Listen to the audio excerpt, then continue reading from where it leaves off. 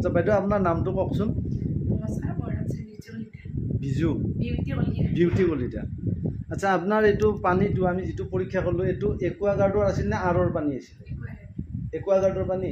একুৱাগাৰ্ডৰ পানীটো আমি পৰীক্ষা কৰিলোঁ। এইটো কেইবছৰ হৈছে আপোনাৰ পানীটো, মানে ফিল্টাৰটো? 1.5 বছৰ। 1.5 বছৰ হৈছে। আৰু আপুনি কৈছিল মাজতে কেণ্ডেলটো আপুনি চেঞ্জ কৰিছিল। কিমান দিন আগত কেণ্ডেলটো চেঞ্জ কৰা হৈছে? এবাৰ 6 মাহ মান আগত আৰু এবাৰ 15 দিন। এতিয়া আমি ধৰিলে নিয়াৰেষ্টটো ধৰিম যে 15 দিন আগত আপুনি তাক আৰু ছাৰ্ভিচিং কৰাইছে।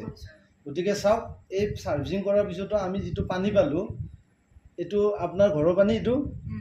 গতিকে এই একুৱাগাৰ্ডৰ এই পানীটোৰ ৰিজাল্ট পালোঁ আমি pH লেভেলটো মানে 3, হয়নে? আপুনি নিজে চাইছে, কওক pH লেভেল 3। আৰু আমাৰ এইটো আমাৰ পিউৰিটি ফ্ল' বুলি আমাৰ যিটো পানী আমি আপোনাৰ ওচৰত আমি আলোচনা কৰিব আহিছোঁ, সেই পানীটো মানে সেই ফিল্টাৰৰ পিউৰিটি ফ্ল' নামৰ সেই ফিল্টাৰটোৰ পানী হ'ল সেইটো মোৰ ঘৰত খোৱা পানী মই লগত লৈ আহিছোঁ। আমি যে টেষ্টিঙৰ কাৰণে লৈ আহিছোঁ। এতিয়া পানীৰ পাৰ্থক্যটো আপুনি বুজি পালে? ঠিক আছে, ধন্যবাদ।